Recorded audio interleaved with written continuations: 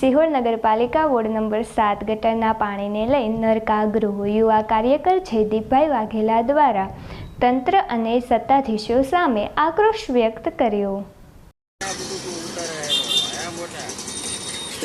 થાય છે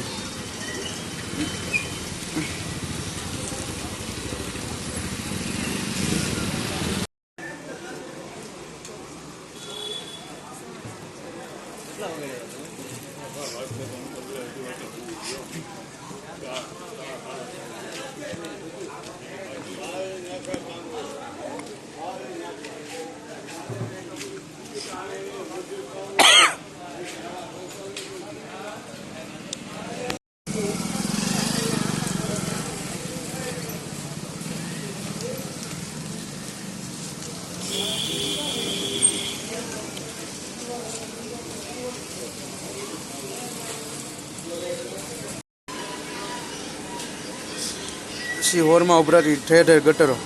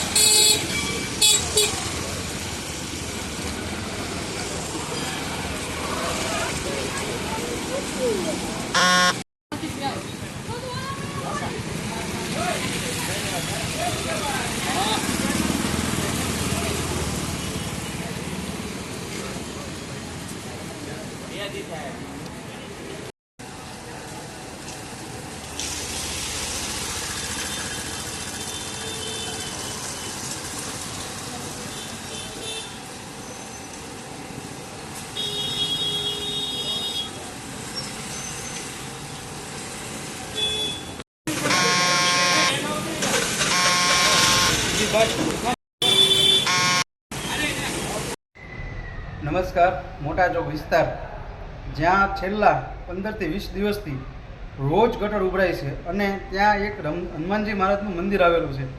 તો ત્યાં આગળ 15 થી 20 દિવસથી પાણીનું એટલું ગટરનું પાણી દુર્ગંધવાળું ઉભરાય છે અને કોઈને સવારમાં દર્શન કરવા જવું હોય તો દર્શન કરવા નથી જઈ શકતું.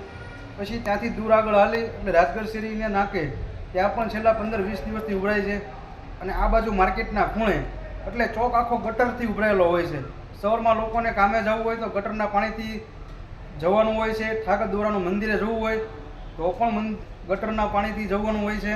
અને ત્યાં માતાઓ બહેનો શાક બકાલો લેવા આવે છતાંય ગટરના પાણીથી જ ચાલીને જવું પડતું હોય છે. અને ત્યાં આટલામાં કરિયાણાની દુકાનો છે, ત્યાં દૂધની દુકાનો છે. તો કોઈને સવારમાં દૂધ લેવા આવવું હોય, બકાલું લેવા જવું હોય, કરિયાણું લેવા જવું હોય, બધાને ગટરના પાણીમાં ચાલીને જવું પડે છે. અને એક બાજુ ભારતીય જનતા પાર્ટી હિન્દુત્વવાદની મોટી મોટી વાતો કરતી હોય છે અને હનુમાનજી દાદાના મંદિરની સામે જ રોજ ગટર ઉભરાય તો એનો શું અર્થ કે ખાલી ફક્ત ને ફક્ત જય શ્રી રામ બોલવાથી અને હિન્દુત્વ કહેવાની વાતો જ છે કે બીજું કંઈ છે નહીં.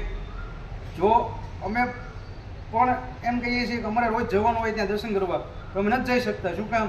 ત્યાં ગટરનું પાણી હોય છે. ગટરના પાણીથી હાલીએ તો ફરી ત્યાં આપણે નાહવું પડે, પણ નાહીને આવ્યા તો પાછી એની જ દિશા હોય છે. એટલે અમે ન છૂટકે અમારે આગેથી દર્શન કરવા પડતા હોય છે.